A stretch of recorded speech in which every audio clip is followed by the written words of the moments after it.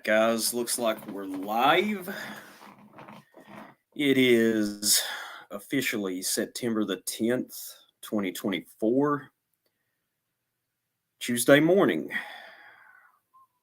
You know, I don't expect many people to show up to this stream. I'm probably not going to stream long, just for a few minutes, just for some, I don't know,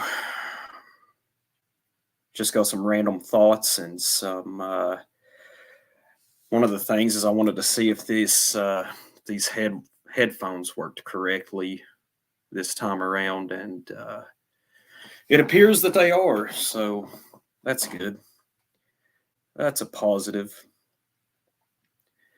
Let's see. I think we've only got 4 people watching. Probably just 3. Who knows?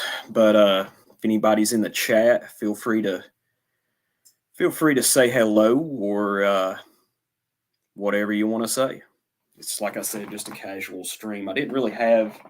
I've got a few things in mind, but it's just going to be casual. I know the last time I tried to do this, I think it was 2 weeks ago. We did a stream talking, actually mocking NATO and the latest NATO propaganda to come out. And Pat hollered at me a few minutes after I'd started the stream. And I let him on. And then Didymus was kind enough to hop on with us there for just a few minutes. But hey, what's up? Why are you gay? It's good to see you. Good to see you. Glad you could stop in. It's like I said, I don't expect many people to show up. It is, I'm sure most people have to work tomorrow. But going back to what I was talking about a couple weeks back, I think me and Pat streamed till about 3 in the morning. I shut the stream down, went to bed. My daughter woke me up about 7 that morning and had to get out of bed, feed her and everything. And I'd already seen that the stream had been taken down. So I guess you can't really talk too much shit about NATO these days. I don't know if that's, I don't know, probably some faggot that's lurking, probably flagged it, which we did have a little too much fun on that stream. Pat, he did warn me. He's like, you might want to take this one down. And I was like, nope, not going to do it. We're keeping it up. Well, never fear, YouTube. They took it down for me. So anyways, let's see. I think we got 7 in here now. So how is everybody? Hope everybody's doing well. Things are good here. Things are great, actually. Thank God that it actually feels like fall down here now. I think right now it's only about 58 outside. I just stepped in from the front porch. Yeah, that's right. Why are you gay? There's no controversial opinions allowed. Which I think a few years ago I could have gotten away with that stream. But given the current situation with what's going on in Eastern Europe and in Israel and Gaza and potentially with Taiwan and the powder keg of it all, yeah, they probably didn't like that too good. But yeah, things are going great. Tickled to death that fall is here. I absolutely hate summers down here anymore. I'm not a fan of temperatures that are above 85 degrees. And can't wait for winter to get here, to be honest. But anyways, I wanted to run something by you guys. And it's a story that I heard that happened back home in the unincorporated community in the northeast corner of Tennessee that I'm from. And it's an interesting story. And I don't know a lot of the details because I've heard this secondhand. I wish I knew more details personally. Um, so what happened was it was the Sunday before yesterday. So that would be what, 8, 9 days ago now? Sunday morning. In my community back home, that's one of the things about Appalachia. Some of these small communities, there's a dozen, 2 dozen churches in these little communities, even though the population probably doesn't exceed 1,000 people, unincorporated communities. And I learned a few years back that the reason, like you can go up a holler and that holler's population might just be a couple hundred people, but there's 4 or 5 different churches up a single holler. Each of them probably have a congregation that doesn't surpass maybe 20 to 30 people. One of the reasons for this, one of the reasons for this is because back in the day, churches would have falling out. They would have a falling out. The congregation would split apart. Hey, what's up, Cedarland? Man, I might try to holler at Pat. I think he's busy with some things right now, but I'll holler at him, see what he says. Um, Actually, I see that I think he's busy right now. He's hosting a VC. Anyways, but what's up, Solar Christ? Excuse me. Anyways, I was talking about these churches, and back in the late 1800s up until, well, you could say today, what would happen is there would be a feud that would break out in a church congregation, and they would just split apart. They would just break up, and they would be a new church built.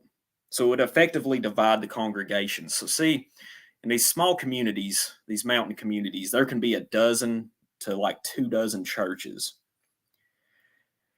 Anyways, going back to 8, 9 days ago, I heard this story from my mother-in-law a few days back, and she heard it from one of her coworkers back home.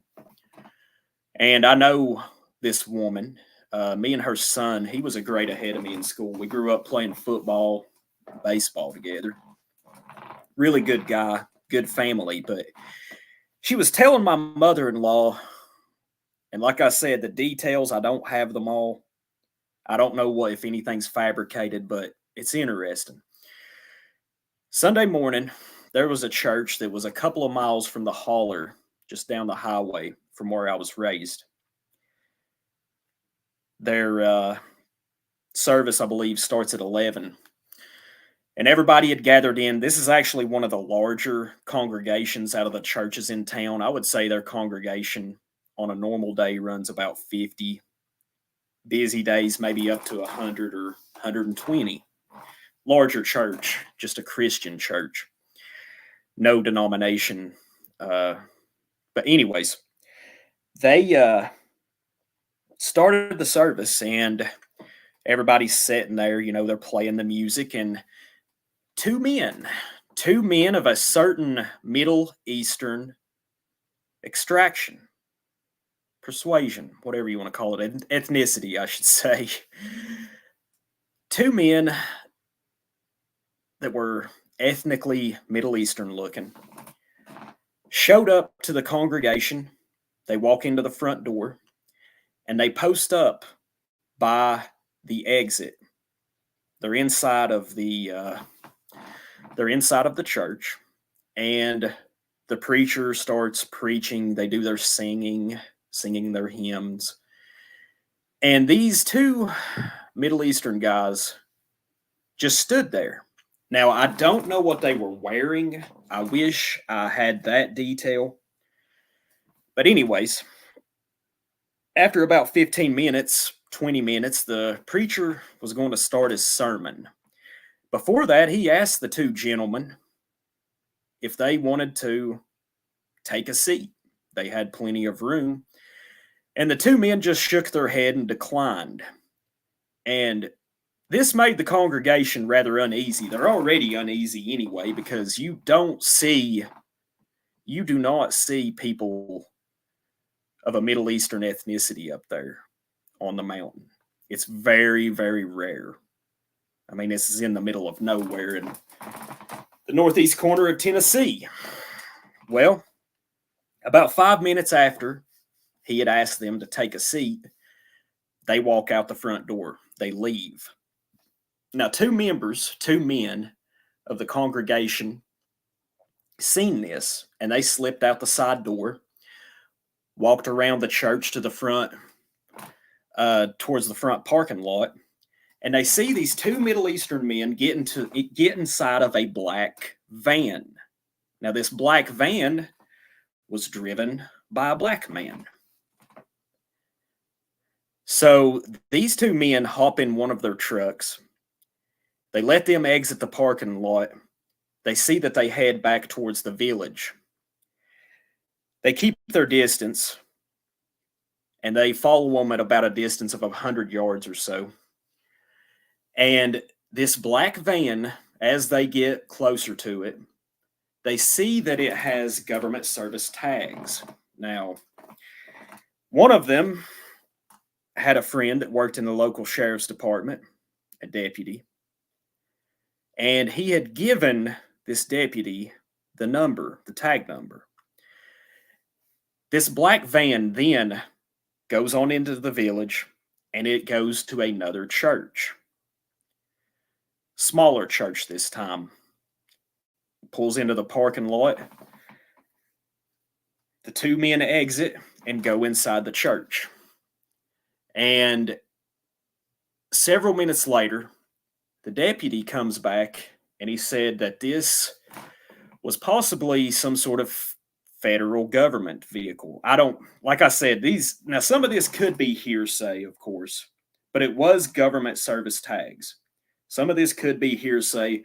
One guy was conjecturing it was the feds. Who knows, honestly? Really, who knows? You would think that if it was some sort of federal law enforcement, they would be a little more discreet with what they were up to.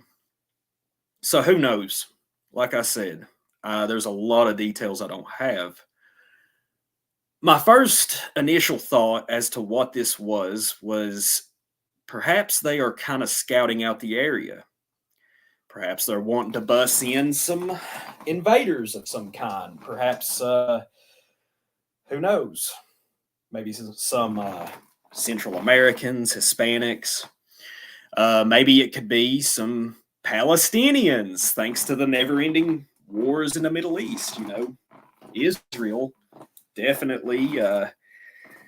They're probably wanting to shove most of those Palestinians onto European soil, but I'm sure there's forces here in America that are wanting to get our fair share. And my initial thought was maybe they're seeing how people would respond to the possibility of having some brown or black people around in a community that is about 99.2% white.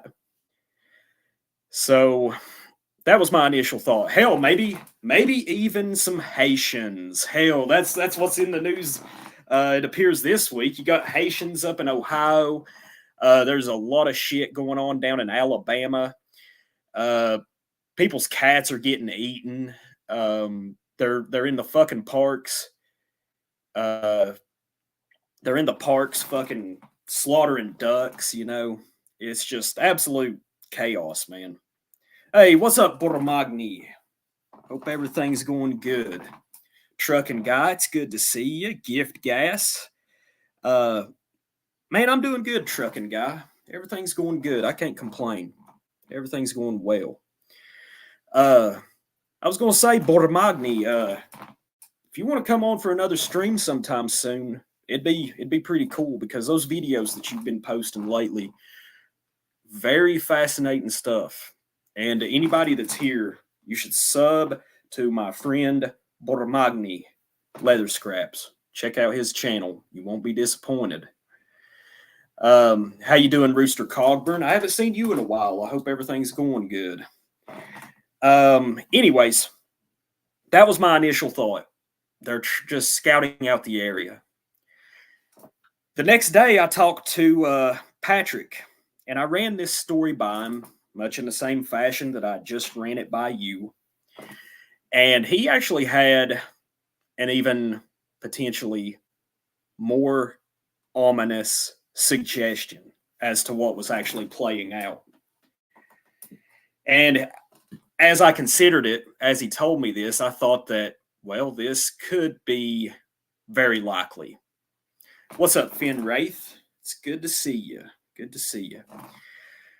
Pat's explanation, and see, I don't have the details. I wish I had a means of. I wish someone would have photographed these people and put it up somewhere.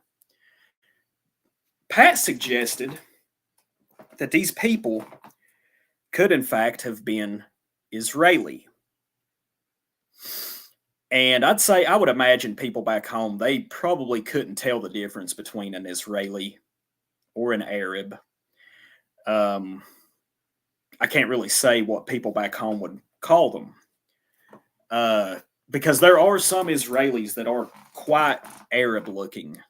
They're kind of a diverse looking population. Hell, there are even Israelis who came from Slavic nations like Russia or Eastern Europe who converted to Judaism and migrated to Israel back, say in maybe the 60s, 70s. That does exist, actually.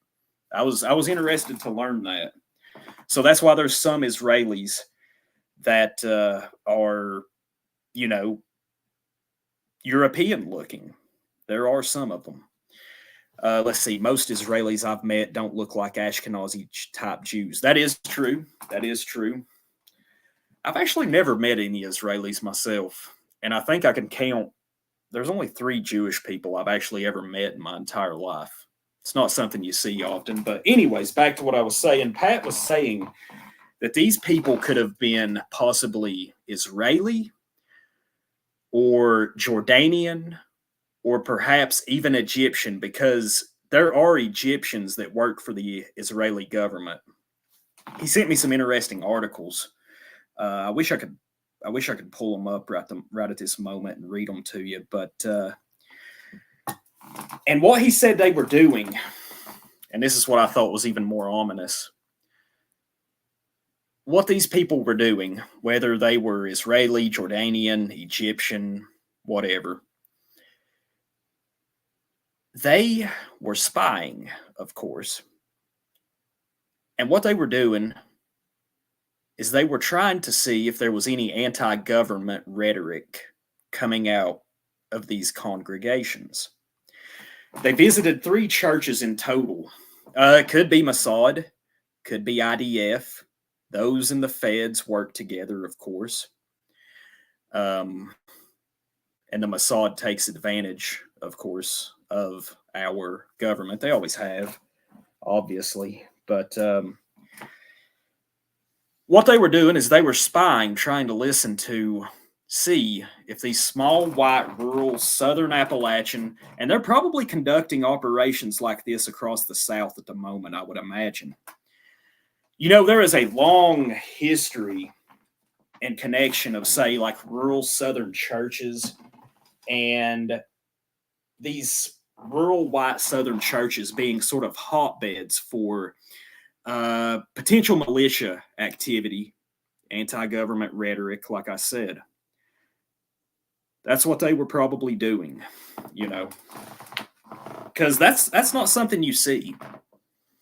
And especially the standoffish nature that these 2 Middle Easterners were exhibiting.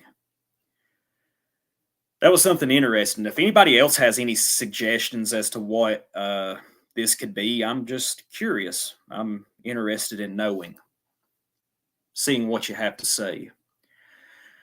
But yeah, I would not be surprised if there are. Yeah, that's a really good point there. Gene Carmelton, that's a really good point. Why are they so obvious? And instead of yeah, exactly. It's like why send in some Middle Easterner?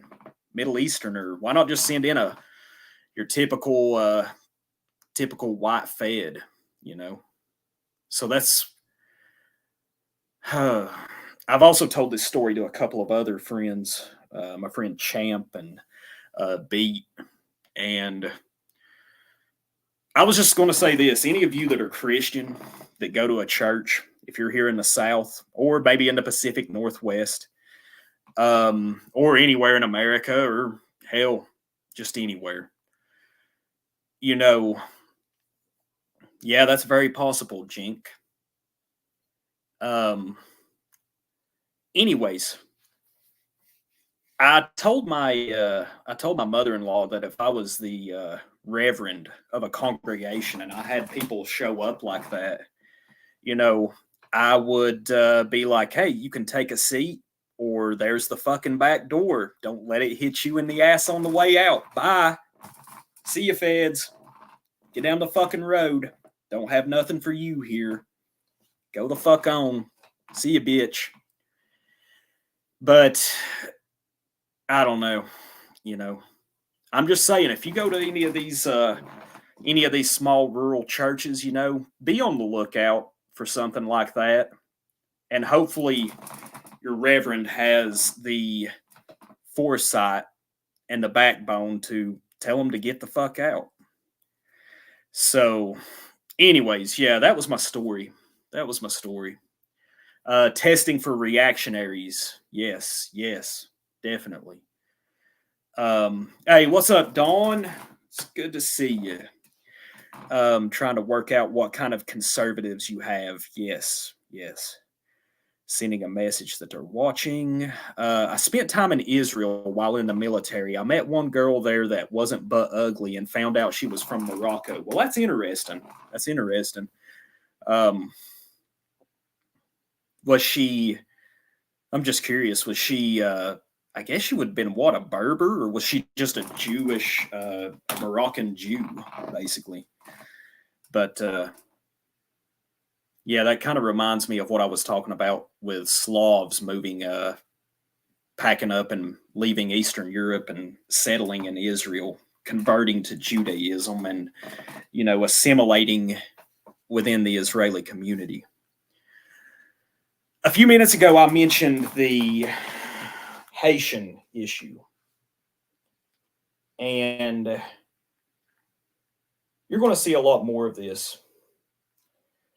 And I had thought about titling this stream. I just decided to call it Midnight because I'm like, fuck it, it's midnight. I don't know what else to name the stream, but I did consider naming it the Syndicate Intermission because I'm going to make another video talking about the idea of the Syndicate. The first one I made was a couple years back, back in, I believe, June of 2022. If you haven't seen that video, it's probably one of my favorites that I've ever made. It's about a half hour long, but I floated the idea, and got to give Pat credit once again. He's the only person that I had ever heard mention this prior to currently. He used to talk about the idea of forming syndicates and secret societies. I'm going to make another video. It's going to be the Syndicate Part 2. And I'm going to talk about the idea of the area study. And if you don't know what the area study is, well, I'll do my best to explain it in this upcoming video. You're trying to gather intelligence on your surroundings. There's a thing called the OODA loop, which, to break it down simply, is just observe, orient, decide, and act. Hey, what's going on, Ezra? Yeah, the Haitians. Yeah, they're busting them in up north. Hell, you're damn right. That's the that appears to be the hot topic online the last few days. Wasn't there a real genocide in Haiti? Yeah, that was when wasn't that when they took out all the French down there? Um, but anyways, I have learned some things about gathering information over the last few years. And well, I don't want to reveal too much, not yet at least. But there's plenty of ways you could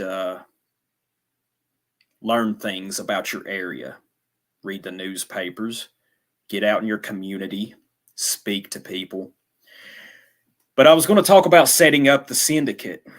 And in that video, I mentioned that the syndicate should be localized. This is not something you do online. You can network with people online, and perhaps they could set up a sort of syndicate of their own. And syndicate teams seems to make a lot of people nervous, that word. I'm not necessarily talking about a crime syndicate, of course. But there is potentially an element of vigilantism that comes with it.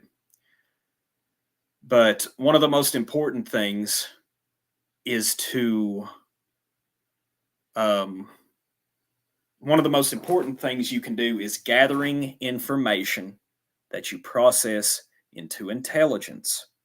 You want to know your surroundings. You want to know who comes in, who comes out, all these things.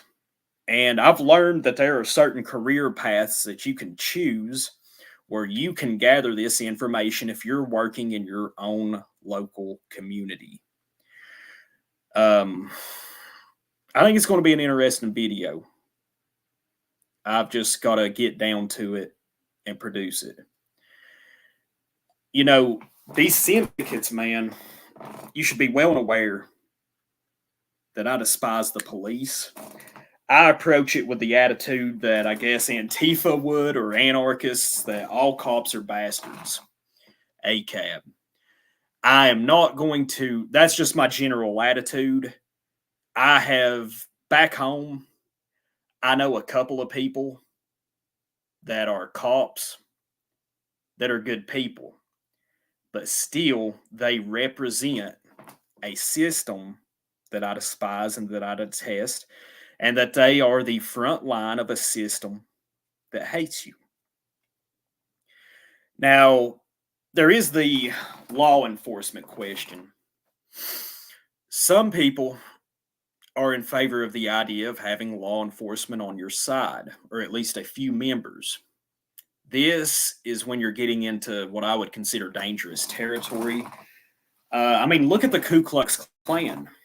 They were actually pro law enforcement, and they wanted members who were police officers or sheriffs, which is understandable. Of course, though, this was decades ago, so things have really changed. And this is something criminal syndicates as well. I know it's a work of fiction, but just look at the movie The Departed. That whole story centers around what was his name? Jack Nicholson's character, Frank Costello. He had cultivated a group of young men that had infiltrated, that he had put through the Stadies up there in Massachusetts, probably other law enforcement agencies. And this is not something unique. Myself, I lean towards, I don't want anything to do with that. That's when you're getting into dangerous territory, I would say. But the reason that these syndicates are needed, just look at what's going on in your communities. Look at what's going on up in Ohio. Like I said a few minutes ago, all cops are bastards. I said that. But hey, man, if you've got our views and you can get into say if you were to run for sheriff, if you had the means, the money, you probably definitely never want to reveal your political views. Of course, you don't want to do that. But you need people that can infiltrate things. Um, but anyways, I'm kind of rambling there. What's up, Dick Salsification? That name cracks me up, dude. And how you doing, George? Oh well, 5 a.m. in Ulster, and I'm listening to Radio Southern. Yeah, yep. Rooster Cogburn wouldn't be doing anything the founders didn't do. They met in taverns in secret. Absolutely, they did. And this is something that I've preached on for about 2 years now, is just how so-called whatever this thing of ours you could call it, some would call it the dissident right. Some would say racialism, white nationalism, whatever you want to call it. One of the things that people do not understand is a need for secrecy and how to employ secrecy. There's nothing wrong with being anonymous. In fact, I would never encourage anyone to dox themselves. Never would. Don't do it. You can do a lot of important things with anonymity. And I mean, there's a lot of things that I sometimes would really love to say, but I refuse to because it might not be the best course of action for myself. But I will say this, even though I present as an open book, there's things that I'm not going to discuss. And here in the future, I really want to do a stream. I need to finish the series on Lewis Beam because I found a fascinating video where he talked about some of his exploits. It's about, like, I think a 21 or 22-minute video that he filmed back in the 80s. I've never seen it anywhere else. I've never seen anyone post it. I've been sitting on it for a while. One of my dear friends sent it to me a while back, I think. But I don't talk about my political views. I don't broadcast it. There's an election coming up. I don't put political signs up in my yard. I don't put political bumper stickers. I avoid bumper stickers as a whole, honestly. I see some people, usually like hipster faggots, they'll be driving a fucking Prius and they've got like at least 50 to 100 little bumper stickers all over the back. Usually it's microbreweries and assorted modern day hipster faggotry. But there is nothing wrong with secrecy, and in fact, we're going to need it in the future. The need for the syndicate goes back. We're going to have to protect ourselves. The law's not going to do it. In fact, I would say unless you have unless you're perhaps in a conservative area, a majority white area, the law probably isn't going to be on your side. And I mean, the idea of a syndicate, this goes back for centuries, but the idea of a syndicate, it really took off, back in the formation of this country. Say up north, say in New York, you had all these just different ethnicities coming in from Europe, especially in like the latter half of especially after the Civil War. And then it really went haywire, whenever they started changing the immigration laws. Back in, I know Madison Grant had a role in the formation of the 1924 Immigration Act. You started to have all these different groups, such as the Ashkenazi Jews from Eastern Europe, Russian Jews, all the Jews from those various nations. You had Italians, you had Irish, which Irish, they were coming in earlier. You had all these various ethnicities. And they are vying and competing for territory. So what did they naturally do? They formed syndicates. The Irish, I don't have any Irish blood myself. I'm Ulster Scot, which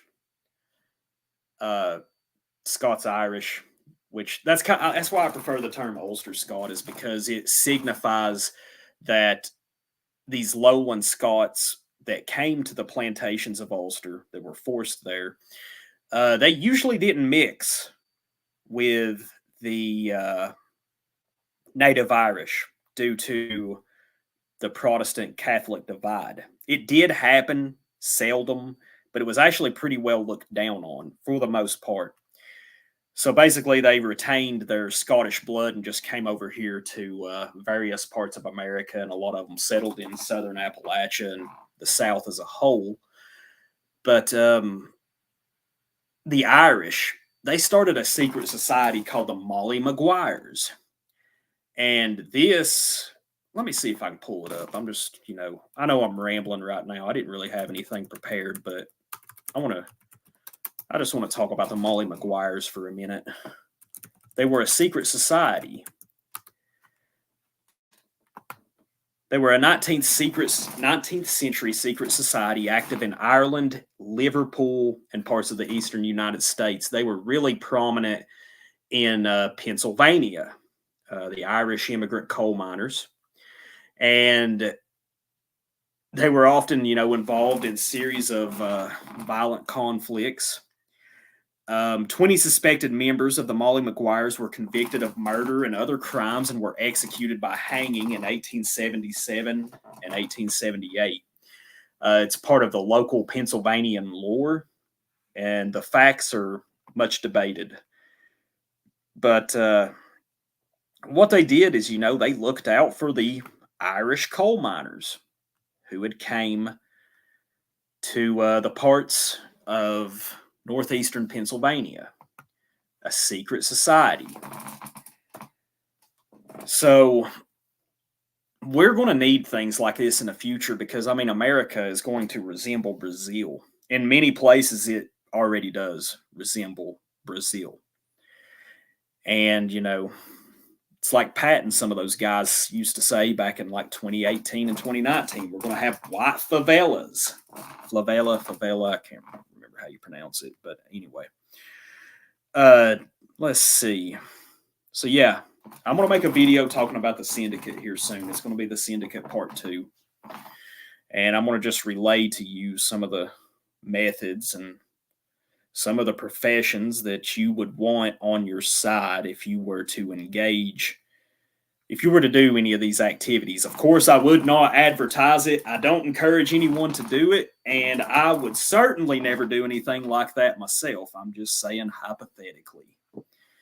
Anyways, when the system sees you as a criminal, you best act in secret like one. That is very, very true. Very true. That's why I've advocated the last couple of years, study criminal organizations, study how they operate. Cedarland, let's see what he's got to say here. Did y'all have any success with a garden this year? It was especially difficult around here. Everything was small or didn't flower. I've heard different theories about it. Well, I'll tell you about that. Let's talk about gardening for a few now. My garden started out really successful. Down here in southeast Tennessee where I lived, I pretty well had most everything planted. Not everything, but I had all my raised beds planted by the end of April. And I had everything done that I was going to put in the ground, I believe, by the end of the first week in May. It started off wonderfully. I was getting quite a bit of, which I got a ton of cherry tomatoes this year, which I only had like 2 cherry tomato plants. It's not hard to grow cherry tomatoes. They just blow up. I grew something new called a Black Prince tomato. They're an heirloom tomato. I think I read that they actually originated, or they were, developed in Siberia. I'm not sure. They were pretty good. And I also grew my staple Cherokee purple tomatoes. My Cherokee purples, I got a few of them this year, but I didn't get as many as I had in years past. My onions, they did okay. They did so-so. Nothing to write home about. Man, my squash and zucchini, they were doing awesome. I got quite a bit off of my squash and zucchini bed up until about the second week in June. Now we've had a very fucking hot, miserable, long summer down here in Southeast Tennessee this year. In the 6 years I've lived here, we've had more days of 100 plus degree weather and 95-degree plus weather this year than ever before. It's been a very fucking dry summer. Like I was always having to get out in the evenings and water my stuff, water my vegetables. Um, in June, I discovered a new enemy, and it's called the squash vine borer. Fucking squash vine borer, man. They decimated every single fucking plant of mine, and they were doing good. They were coming along good. These a squash vine borer is actually a moth. It's actually a really look them up on Google. It's a beautiful moth. Actually, it's black and it's got these reddish orange stripes. They're beautiful. What they do is in June or early June, late May, they uh, they start mating, and what they do is they will find the squash plants. They will lay their eggs at the base of a squash vine where it goes into the ground. A week or so later, they hatch. They turn into a larva, a grub worm that grows to about an inch long. Looks like a fucking maggot. And what that does, they hatch underground at the root system, and then they work their way up the stem, and they destroy your plant. I basically just when I seen the advanced stage that they were in on my plants, I just pulled them up. I got a machete and I just start, dissecting the plant. I'd find one or two grub worms in it. I'd slice them in half, kill them. I need to find something to deal with this. I heard a lady saying online, she made some little gardening video. She said you can get it like a yellow 5 gallon bucket of water, fill it up about a quarter of the way, and you'll drown the moths because they'll go there and try to lay because they're attracted to the yellow color that is, the same color as the blooms on your squash and zucchini. So they were fucking decimated.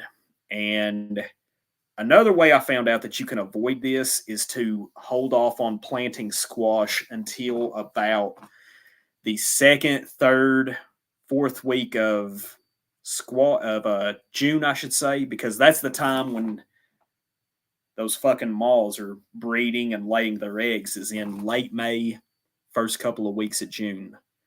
Why are you gay? Asks, did you buy plants or were they from seeds? I started all of these from seed.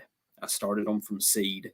It's too fucking expensive. It ain't worth it to buy small plants anymore. I mean, it's fucking ridiculous. Uh, I know I started, let's see, I think I had 12 plants in total. I started all of them from seed. I think I had 6 zucchini, 6 crookneck, and they hell, just if you want to buy one of those plants, a seedling from like the local hardware store, they're $4.99. That's fucking ridiculous. Just a couple of years ago, they were like $2.99, maybe $3, $3.50. Now they're $5 fucking. It ain't fucking worth it. This year, I will say this: I managed to start almost all of my plants from seed. My sweet potatoes, I started from, I cut slips off of the ones that I saved from last year. I planted Kennebec potatoes, and I'm going to have to dig my sweet potatoes and Kennebec potatoes up here any day here soon because it's that time of year. I started all of them just from stuff that I had left over from last year. My peppers, let's see.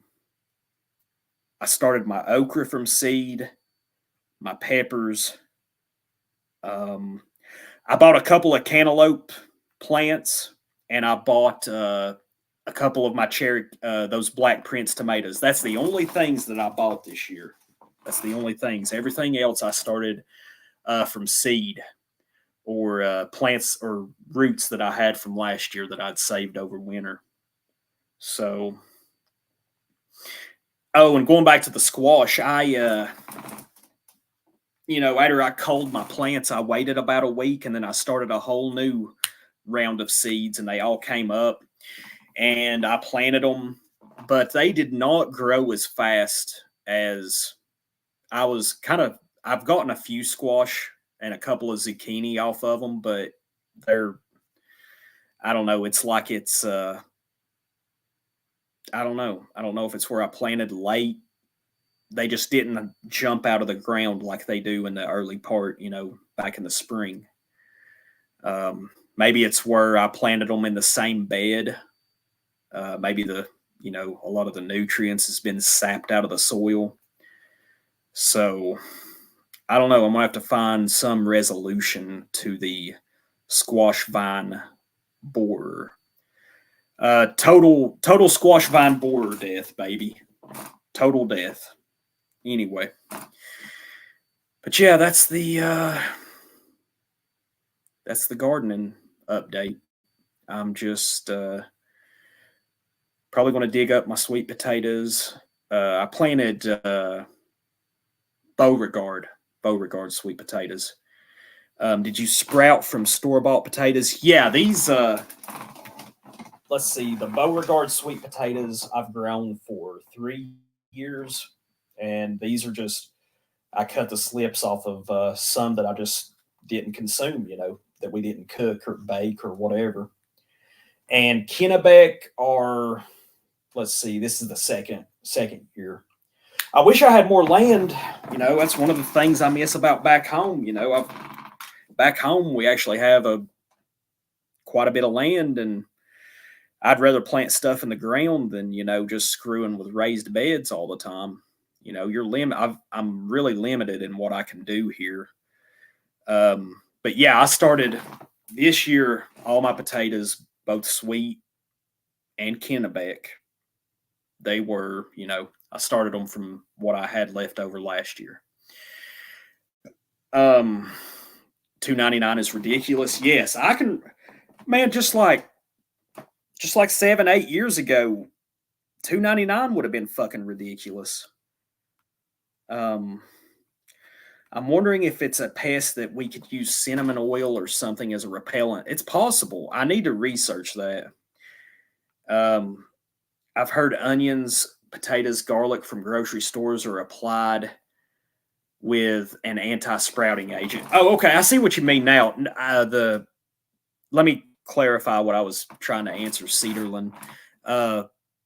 These were potatoes that I had bought from the local hardware store 2 to 3 years ago. So they were not actually grocery store potatoes. My bad. I understand what you're saying now. Anyways, let me get a drink of water.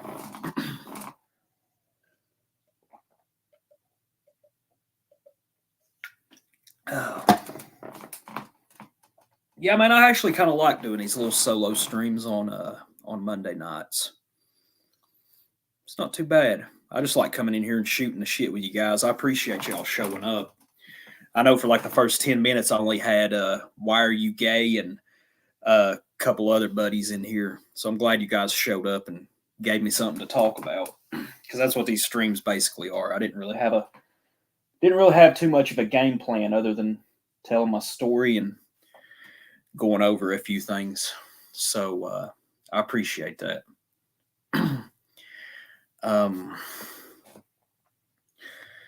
I need to start producing a few episodes of my other stream here soon. The Sono Show. Nordstream, I'll just tell you the difference. The Nordstream is just me coming on here and rambling by myself. The Sono Show, that's when I've got a guest or maybe multiple guests, and we talk about a topic, usually something I have to do some research for. It's just hard for me to, I think this year, I've only done 3 episodes of the Sono Show. Me and Pat did the Lewis Beam episode, I think back in January. And then I had Johannes on from, oh, God. Hey, Buddy. Me and him, we did a stream back, I think, in April or May. And then I had Keith Preston on back in June. I've got a few people. I've got some people lined up. It's just a matter of me. It's just a matter of me being able to find the time because I like to do those streams. Give y'all a couple of hours, and it's kind of hard to do that these days. Where I've got my 9-month-old. Any of you guys got any suggestions of guests you would like me to have on? Throw them in the chat. I'm probably going to shut this down here in about 5, 6, 7, 8 minutes. Probably just go for an hour. I got a movie I need to finish watching anyway before I go to bed. So yeah, if y'all got any guests, let me know. I've got a few people lined up. It's just a matter of me actually getting it done. So, anyways, just sitting here scrolling. Do you think that Handsome Truth is white? Well, I don't know. I'm not going to weigh in on that. I mean, I usually just keep to myself, I've got my little clique of guys that I hang out with, and I know he's a contentious figure. I've been in a couple of spaces before, and I've spoke to him just in passing, but I don't know a lot about him. Do you ever listen to the higher side chats? No, I haven't. Ezra. Yeah, I'm never going to give up, Dawn. I planted my first plants when I was about 8 years old, and it's just in my blood, to want to grow stuff. Let's see. What's the higher side chats, Ezra? I've never listened to it. Doomguard? Man, I've never spoken to Doomguard myself. I know Pat was friends with him and some of those other guys. I've never spoke to him though. He was before my time. It's coming up. Let's see. I think on November the 5th of this year, my channel will be 5 years old. And I didn't start streaming any until I think it was back in like the summer of 2021. What's your X handle? Yeah, let me pull that up for you. Let me see here, dude. Yeah, I like Nordlux. Let me pull up that. Okay, here's my X handle. If any of you guys are on there, I think you asked JP. So no 7. Let's see, 62X39. I'm a fan of the AK-47, the most aesthetically pleasing to the eye and durable weapon ever produced. I don't care if it's a communist weapon. I love them. Anyways, yeah, I like Nordlux. Now, I know I haven't spoken to Nordlux in a few months, and I know me and him would probably disagree about the Ukrainian situation. But I will say this, I like Nordlux, and I can see his point of view, with where he lives. I can see that, So I really like Nordlux. A lot of those Ukrainian shills, though, they just get on my fucking nerves, to be honest. But he's one of the few pro-Ukrainian people that I like. I genuinely like the guy. He's an interesting guy. He's smart. I actually had him on a stream back, it was early last year. You can go back and look in my catalog. I think it was episode 32 of the Sono Show. So, you know, oh, you're already following me? Okay, that's cool. Hell yeah. Hell yeah. Um, I think I'm gonna get Thomas 777 on maybe here sometime soon. I've been talking to him for a while now. He's been busy with a lot of his projects this summer, but I want to talk to him about the links between Appalachia and Chicago because there are many, very many. And I like Thomas. I like talking to him. He's pretty cool. Just when he's got the time. Um, let's see. Anybody else? There's a few other people that I'll probably ask here in the future. Yeah, I'm thinking about contacting Pete and see if he would want to come on. I like Pete. I like Pete and Thomas quite a bit. Um, I like Pete whenever he had my friend Patrick on for the Years of Lead stream. They did that. I think it was last year. Joe Marsh. Yeah, I know Joe Marsh. I mean, I don't know him. I've never spoke to him directly, but I have seen his channel. I'm late to the gangbang. Oh man, gangbang's about over, bro. Oh man, that's pretty funny. Oh man, I can never understand what Thomas is saying. You can, I can. I like Thomas. He's a real one. He's a cool guy. Um, Joe Marsh. He's got a YouTube channel, don't he? I'm sub to him. I'm pretty sure. Maybe I could reach out to him. I'd like to. I wouldn't mind. I would like to talk to him actually. If any of y'all know him, tell him that Sono said howdy and would like to talk to him because I don't know a lot about Welsh history. I find that sort of thing pretty fascinating. I know that book that I know one of those two books I referenced in my latest video. Um, one of those books is called An Account of the Danes and Norwegians in England, Scotland, and Ireland. I know I was reading the other night, and I was reading, and it talked about the Welsh. They would often, during the Danish invasions, um, they would often ally. The Welsh would often ally with the Danish Vikings against the Anglo-Saxon kingdoms. So I thought that was pretty interesting. JPB Free, yeah, Apollonian Germ. I'd like to get him on here sometime, but he's had me on a couple of his streams before.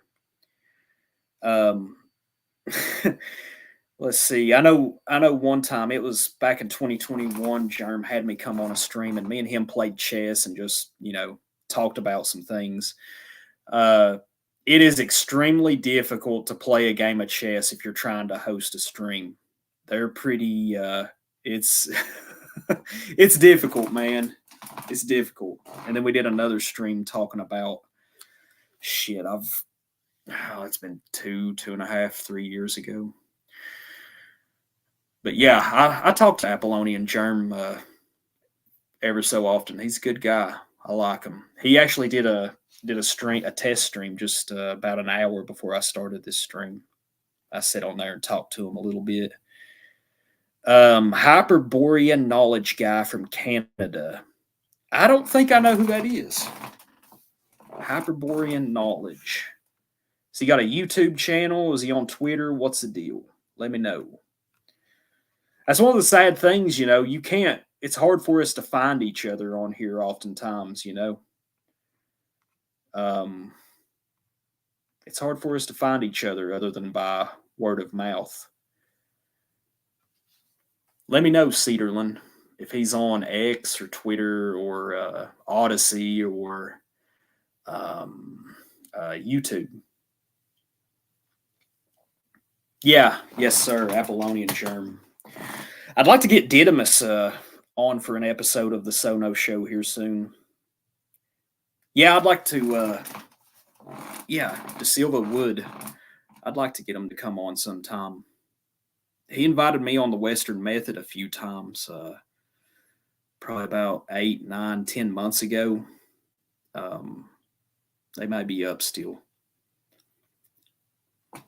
German Doomguard streams were legendary. Oh shit, German Doomguard used to stream together? I did not know that. Shit. Hell yeah. But yeah, I've never spoke to Doomguard, unfortunately. He was before my time. He was before my time.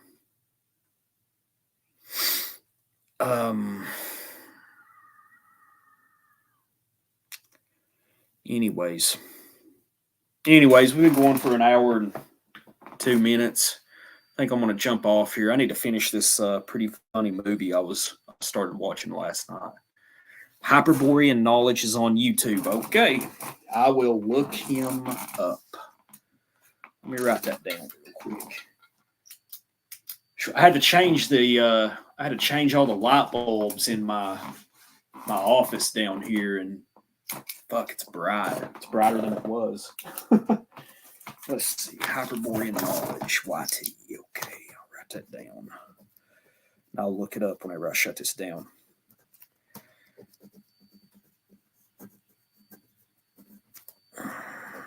All right. Well, I want to thank everybody that was kind enough to stop by.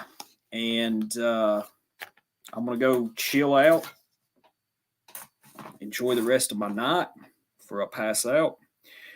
And I want to thank you all for stopping by, listening to me ramble incoherently as usual. And ordered Scandinavian Britain based on your recommendation. Oh, shit, you actually ordered it? Oh, okay, nice. I was about to say, man, R88, if you would have, if you could have gotten in contact with me, I could have gotten you a PDF for it. But I will say this: I'm a fan myself of getting. I'm a fan of getting hard copy, physical copies. I'm a big fan of that. So if you've got that in your library now, then hell yeah, dude, I would hold on to that because that book's well over 100 years old now. I'm actually kind of surprised you were able to order it. So good on you. But I was about to say, if you were hard up on money, man, if you could have gotten in contact with me, I could have got you a PDF for it. But yeah, Frank does Spaces a lot. Yes, he's got his show on Twitter, and he's also on Rumble. He's got a Rumble channel, and he does the Western Method. I like Frank. He's really cool. He's had an interesting life, a fascinating life. Oh, they're reprinting it? Oh, hell yeah. Forgotten Books. I don't think I've heard of Forgotten Books. Nice. Hey, R88, before I shut this down, let me send you the other book. It's online. Let me see if I can find it for you. I'll post it in the chat. I need to go through here. I've got so many pages as my favorites. I really need to go through here and organize all this stuff. Okay, here it is. Bingo. Okay, here we go. Let me copy this. Let me copy it. All right, the paste. All right, everybody, here's you something. I hope this link works. This is a good book right here. This is a good book. That's the book, An Account of the Danes and Norwegians in England, Scotland, and Ireland. Written by a guy whose name was J.J.A. Worsay. I don't know. You have to forgive me. I'm butchering that, I'm sure. Good book. Old book, too. Quite an old book.